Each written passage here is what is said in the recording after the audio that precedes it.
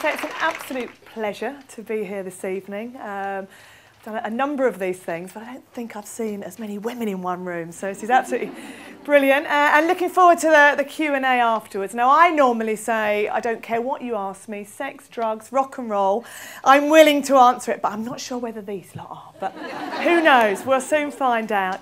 I've been asked just to talk a little bit about my journey, how I got the best out of myself to go and achieve what I believed I could in my life, and how much I've learned from that whole journey that I apply into my life now. And I say I'm like so many of you, you know, I'm a working mum, I've got 3 little boys that are trying to juggle everything. You know, I've got new goals in my life and new things that I want to achieve.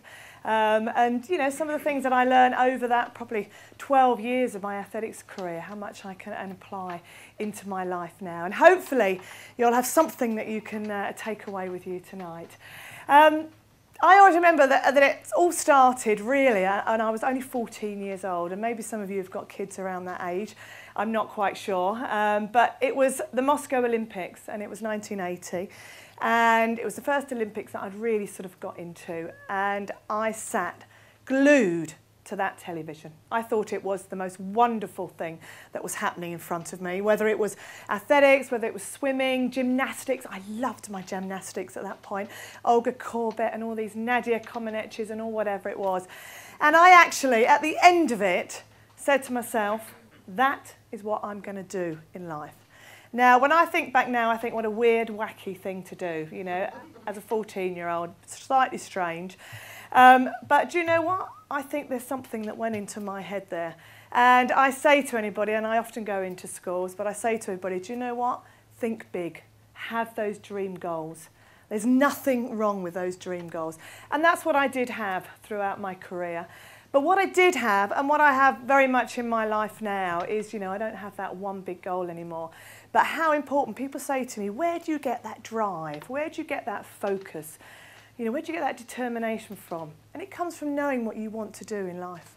And so often I chat to people and, you know, they don't really know where they want to go, whether it's 5 years, 10 years, months' time, a couple of weeks' time. And when I look back at my whole career, even though I had that dream goal, each year I would sit down with my coach and we would set out what was my, what we call realistic goal for that year, what it was that I wanted to achieve, right from probably 14 years old when I joined this group. So, you know, it would be represent the south of England, represent, you know, the junior team, whatever it was. And also what I want to achieve each race that I went to do or whatever event I was doing. You know, what do I want to get out of it? And it wasn't always performance rated. Sometimes it was technique work. Sometimes it was just knowing what it was. And what it gave me was the confidence. It gave me those stepping stones to be able to move up. Sometimes I'd stay where I was, sometimes I'd do maybe one step back or whatever it may be. But it gave me something to be able to focus and drive up. And when I do look back, my whole career was almost little stepping stones all the way through. One of the hardest things was actually knowing what event to do. And I guess we all start off in different careers and different directions, and we think, you know, are we doing the right thing? I started off as a long jumper. I was called Grasshopper because I used to have all this natural spring. And then when I joined my coach, he was a multi-eventer and he trained Daley Thompson. So I just think, wow, you know, he'd picked me up, he'd wanted to coach me, and I just thinking, right, okay, and really believed that I could do heptathlon. So for many years I trained at heptathlon, and then realised that these muscles weren't going to go anywhere when it came to shot and discus and all these sorts of things.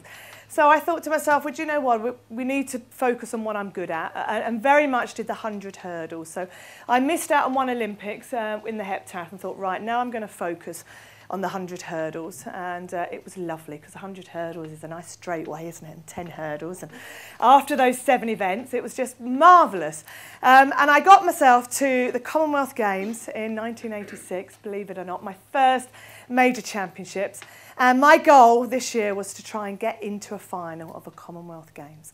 And I got to that final, and I found myself lined up next to my role model, Shirley Strong. She was marvellous athlete. She got a silver medal in the Olympics, and I used to think she was the most amazing. We all have to have role models in my life, and she had been mine for about the last 4 years. Smoked 30 a day, but that wasn't why she was my role model.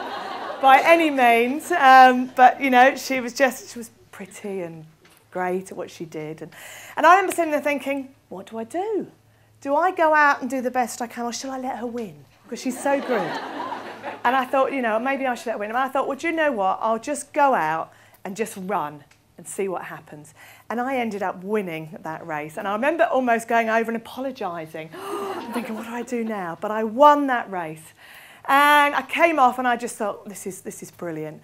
And my coach came up to me. He said, fantastic, but if you want to be the best in the world, he said, you're doing the wrong event. And I was like, what? How can he just say that? I've just won the Commonwealth Games. I've just found what I thought I was good at. And he said, it's realising where your strengths are. It's realising, you know, you haven't got enough basic speed.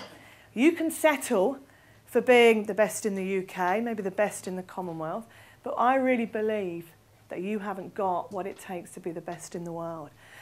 And what I thought, well, you know, where do I go? What do I do? How do I digest this? Where do I go with this? And he said, look, if you want to be the best in the world, you need to do 400 hurdles. And I just thought, why would I want to do that? That hurts. Do you know what I mean? That's like one lap round that track, 10 hurdles. Why would I want to do that? And it was about challenging yourself, getting out of your comfort zone. And I realise now, the more that we stay doing what we do, same in, same out, day after day, that comfort zone gets smaller and smaller. If we want to grow as people, we have to stretch ourselves, we have to challenge ourselves, we have to put ourselves in situations where, you know, like going to do a whole new event where I'm thinking, what am I doing? But learning that, do you know what, you can always go back. But if you don't go out there and try, how are you ever going to know? So I literally thought, right, come on then, let's go out there, let's try. You know, he had trained an Olympic gold medalist, he must know something about what he's doing. Let's go out there and at least try. So that's what I did for the 2 years. I did both events. And I qualified in 1988 for the Olympic Games in Seoul Olympics. And again, my goal for that year was to try and get into Olympic game final. And I had the 100-metre hurdles first and got knocked out of the first round. So my coach was giving it, told you so, no. And 400 hurdles, got to that final and ended up 5th in those games. And that was the first time where my dream goal that I'd had all those years back became my realistic goal. And I thought, right, I've got 4 years to get it right. Because I knew in 4 years' time at that next Olympic Games, I would be more or less the right age, 26 years old.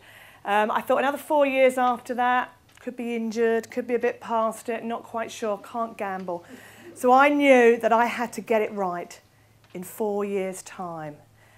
Boy, what a journey I had in those 4 years. What I had to learn about myself to get me to that line, and 100% almost in 4 years' time.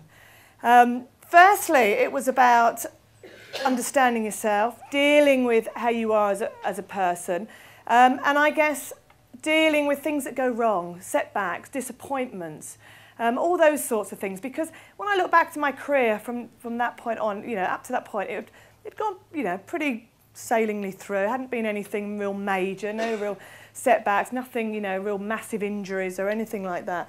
And I remember that first year after that Seoul Olympics, and you know, I was feeling very confident in myself.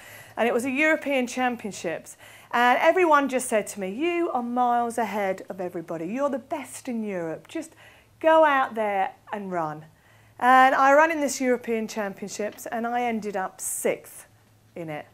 And I stormed off that track. I had the biggest tantrum that you could ever see. I threw my spikes. I was just marching around. I went off to the warm-up track. I was stomping around. I was sobbing my eyes out. And in my mind, all I could think about is that I haven't got what it takes to be a champion. I was the favourite. I was the most talented person out there. I had everything in front of me, and there I was. It was this up here that let me down. You know, I bottled it. I couldn't deal with that pressure and that expectation, and I hated it. And all in that hour, because my coach never came over to me, he just let me sit there and you know, and just go and mull it over in my mind. And all I could think about is, I don't want to do this. I want to walk away from the sport. I hate it. I'm not tough enough. You know, all these people saying it's a man's sport and all these sorts of things, and maybe that's right. Maybe I'm not tough enough. And I was prepared to walk away and just think, why don't I just have, you know, a job where I can just go out there, not train, not put myself under that pressure.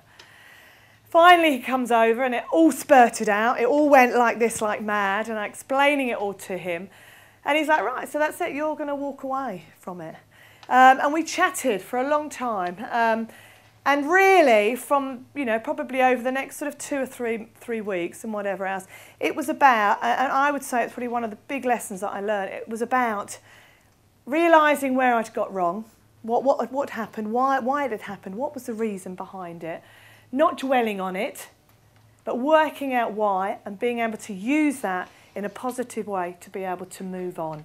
And we did. We worked out that I'd missed a big chunk of training because of a Commonwealth Games in January, which I should have been training at, and all these sorts of things. So the reason was there.